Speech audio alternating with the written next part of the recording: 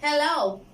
In this era of globalization, it is a reality that languages are in contact for cultural, political, or economic reasons. But how is named a person who talk two languages or even more? How are they described? To have a scope of this topic, let's see two of the main terms. Hello all, this is Juanita Brown, and I'm going to talk about bilingualism. When we talk about a person who talks two languages, we say this person is bilingual. That means uses two languages interchangeably in any communicative situation and with the same efficiency. People may become bilingual either by acquiring two languages at the same time in childhood or by learning a second language sometime after acquiring their first language. Often is what occurs with children of immigrants. These children grow up speaking their parents' native language in their childhood home, while speaking English at school. Children can also bilingual if their parents speak more than one language to them, or if some other significant person in their life speaks to them consistently in another language. You really speak Italian? See, my grandmother, Nana Sophie, lives in Tuscany. Since I was a baby, I've spent 2 weeks there every summer. Questi, il mio cherubino, sono delle oliva. I love you, Nana. Oh! Idiota! Every time I spoke English, she hit me. Abroad, as exchange students have shown the improvement of language proficiency through the interaction with local people. So, in this way, students construct their second language identity. This means how they understand his or her relationship to the world and how he or she understands possibilities Come on, for mister, the future. can you help me? Je suis désolé. J'aimerais vraiment pouvoir vous aider. Oh, forget it. I'm so stupid. Anybody could have learned this dumb language by now. Here I've listened to nothing but French for the past 2 mois.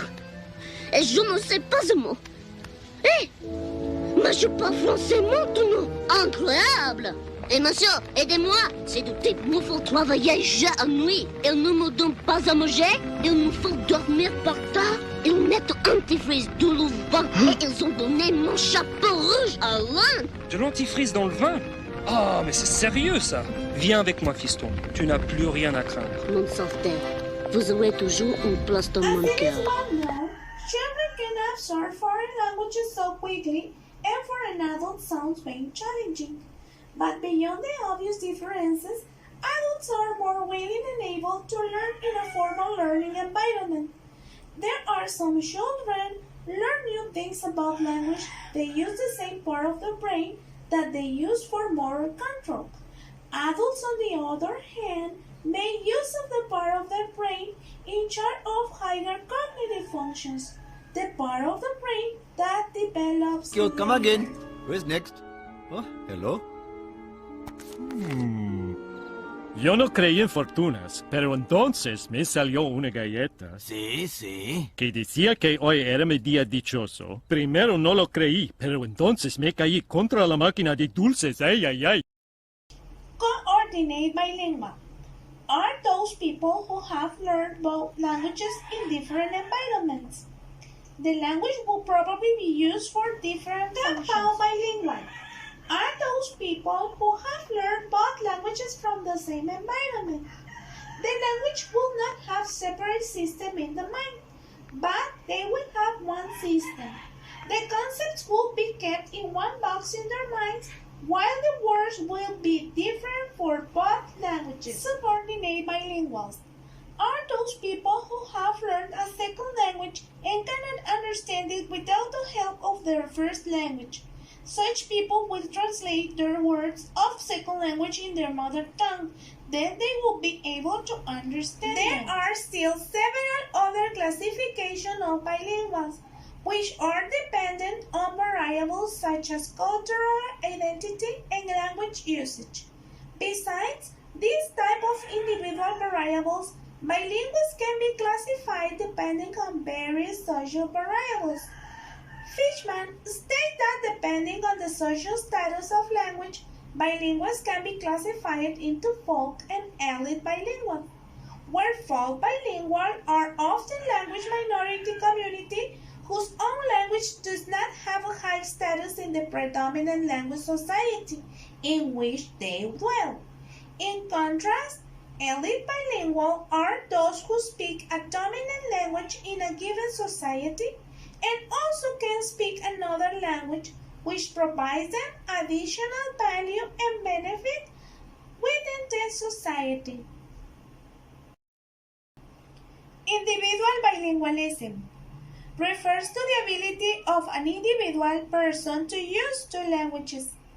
When two languages are spoken by most members of a speech community, typically by all or almost all of the adults in that community, then the community as a whole can be described as bilingual. This is known as societal bilingualism. However, societal bilingualism can also occur in situations where a society consists of two distinct groups, two speech communities, each with their own speech variety, where few individuals are bilingual in both varieties. Simultaneous bilingualism, learning two languages as first languages. Infants who are exposed to two languages from birth will become simultaneous bilingual. Receptive bilingualism, being able to understand two languages but express oneself in only one. Children who had high exposure to a second language throughout their lives but have had little opportunity to use a language will fall in this category. Sequential bilingualism, learning one language after already established a first language. This is the situation for all those who become bilingual as adults, as well as for any who became bilingual earlier in life. Interference. This occurs in a case where a speaker consciously or inadvertently brings in pronunciation, sentence formation, and vocabulary of the source language while using a target language. Ruth-Rabina has argued that interference is always present in bilingualism, especially when the two languages are closer in their phonological, syntactic, and morphological switching. Code switching occurs mostly in bilingual communities. Speakers of more than one language are known for their ability to code switch or mix their language during their communication. As Miller indicates, many linguists have stressed the point that switching between languages is a communicative option available to a bilingual member of a speech community. This will put those who are not bilingual at a disadvantage because they will not be able to communicate effectively. Translation. Since a bilingual person masters two mutually incomprehensible languages, he becomes a translator. The problem with translation is that any translated version must lose something of the author's original intent, especially poetry. The translation is sometimes said to be a better word than the original, and in such cases, one is actually dealing with a new, thought-derived work and not just a translation. I introduce my friend Nacho Perkins. Hello, Nacho. You look incredible. Thanks, Juanita. You look great too. Hello, everyone. I'm going to talk about multilingualism. Multilingualism is the ability of an individual speaker or a community of speakers to communicate effectively in three or more languages. A useful distinction of different types of multilingualism can be made between receptive or passive and productive or active skills. The difference being between understanding a language, spoken or written, and being able to produce it, writing or speaking. Another aspect that it must be considered with is additive or subtractive tendencies. Additive bilingualism usually occurs when both languages continue to be useful and valued. The subtractive variety typically reflects a setting in which one language is more dominant and the other less. Immigrants bring languages into contact, and sometimes, as with imperialist and colonial expansion, their language makes its presence felt through military, religious, or economic force. Some cultures have had more explicit policies here than have others, but all imperial powers have, directly or indirectly, made their languages attractive and sometimes necessary to conquer or colonize groups. Multilingualism can also occur as a result of a political union among different groups. Switzerland, for example, incorporates German, Italian, Roman, and French. Canada has English and French. Multilingualism is also commonly observed in border areas, for example, in the Mexican-American border, in the south, and New England and Quebec in the north. We will describe a framework of language context settings constructed by John Edwards and used by many scholars. It has a particular reference to minority linguistic groups. The framework can be used to describe a great many of minority languages. To provide geographical context to this framework, there are three basic distinctions. This type of minority language only exists in one state. Non-unique. This type of minority language exists in two or more states, but in a subordinate position. Local only.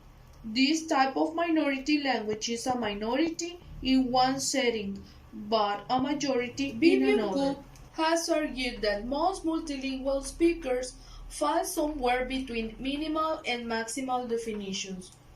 Cook calls these people multi-competent. Widespread multilingualism is one form of language contact. Multilingualism was more common in the past than is usually supposed. In early times, when most people were members of small language communities, it was necessary to know two or more languages for trade or any other dealing outside one's own town or village. For example, the Sub-Saharan Africa and Indian. The linguist Wolf estimates that 50% of the population of Africa is multilingual. Sometimes bilingualism is contrasted with multilingualism. The former one is used to refer to two languages as B means two, while the latter is used to refer to more than two languages. Another distinction is that bilingualism refers to individual phenomenon of speaking more than one language, while multilingualism is used for societal bilingualism, the situation in which whole societies are bilingual. Examples are Pakistan, India, and Canada. More recently, however, the term multilingualism is being used less frequently as compared to bilingualism, which is now used to cover all situations in which more than one languages are being spoken, whether that situation is at individual level or at society level. Arigato. Merci. Xie xie.